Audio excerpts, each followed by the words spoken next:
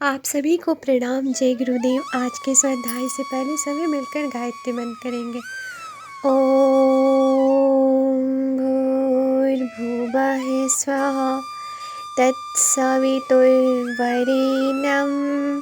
भर्गो देवस्य धीमहि धियो यो नः प्रचोदयात्। आज का विषय है आत्मा ही ज्योति रूप है, शिव रूप है। यह जड़ चेतन में जितना भी जगत दृष्टिगोचर होता है, इसका अपना अस्तित्व कुछ भी नहीं है। आत्मा के आधार पर ही इसका अस्तित्व निर्भर है। आत्मा ही मानव जीवन का चरम सत्य है। आत्मा के प्रकाश में ही बाहरी संसार और दृश्य जीवन का छाया नाटक बनता बिगड़ता रहता है। संसार और कुछ भी तो नहीं, केवल आत्मा की अभिव्यक्ति और उसका ही विस्तार है। आत्मा एक चिरनत्न सत्य है। इससे पृथक जो कुछ है वह असत्य है, ब्रह्मपूर्ण है और अग्राह्य है। वेदों में जिसे अस्तोमा सद्गमय, तमसोमा ज्योतिर्गमय, मृत्योर्मा मृतगमय का घोष किया गया है, उसका संकेत सांसारिकता से ऊपर उठकर आत्मा की ओर ही अभियान करने का है। क्योंकि आत्मा ही ज्योति रूप है, शिव रूप है और वही अमृत रूप भी है। निश्चित ही मनुष्य को ऐसी कल्याणकारी आत्मा पाने का प्रयत्न करते रहना चाहिए। आत्म जिज्ञासा से रहित जीवन भार स्वरूप ही रहता है। आत्म जिज्ञासा से रहित मनुष्य को भय की कल्पनाएं और पाप की भावनाएं कभी चैन से रहने नहीं देती।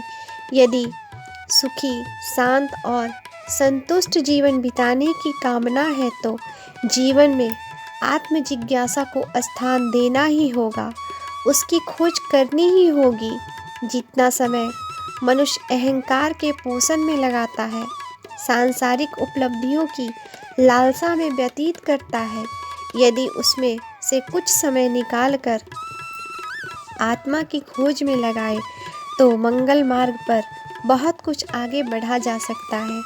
अहंकार से वशीभूत होकर शारीरिक संतुष्टि तक सीमित रहने वाले अपनी भूल को तब समझ पाते हैं जब जीवन में पतझड़ का समय आ जाता है और शरीर पीले पत्ते की तरह गिरने की स्थिति में होता है।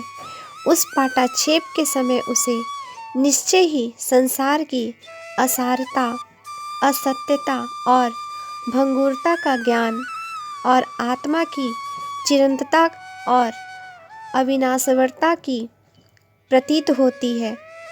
तब समय निकल चुका होता है। उस अंतिम समय में कुछ भी कर सकने का अवसर नहीं रहता। उस समय हाथ मलकर पछताने के सिवाय और कुछ भी शेष नहीं रह जाता। उस समय इस पश्चाताप के साथ संसार छोड़ने पर विवश होना पड़ता है कि जिस सत्य की खोज के लिए सुर दुर्लभ मानव जीवन मिला था, उसकी उपेक्षा कर हाय हम संसार की तुच्छ बातों में ही लगे रहे। हमने वह सब कुछ किया जो नहीं करना था और वह सब कुछ भी नहीं किया जो कर्तव्य था। उस घड़ी उस आत्मा की उपेक्षा करने वाले व्यक्ति की क्या दशा होती होगी। उसके हृदय में किस भयानक पछतावे और विवशता की आग जलती होगी। उसे तो वही बतला सकता है जिन्होंने उस स्थिति का भोग किया अथवा जो आगे चलकर एक दिन करेगा।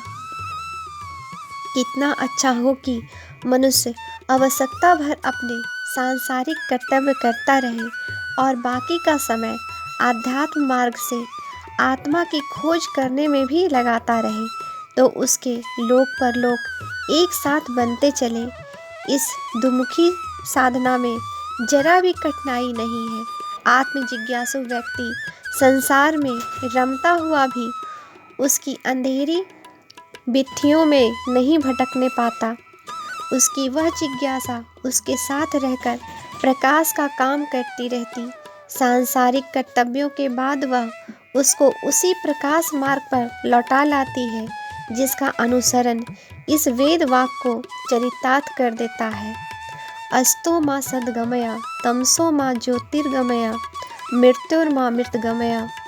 और तब मनुष्य का न केवल वर्तमान जीवन बल्कि भूत भविष्य के भी सारे जीवन धन्य होते। आज के लिए यहीं तक। आप सभी को प्रणाम। जय गुरुदेव।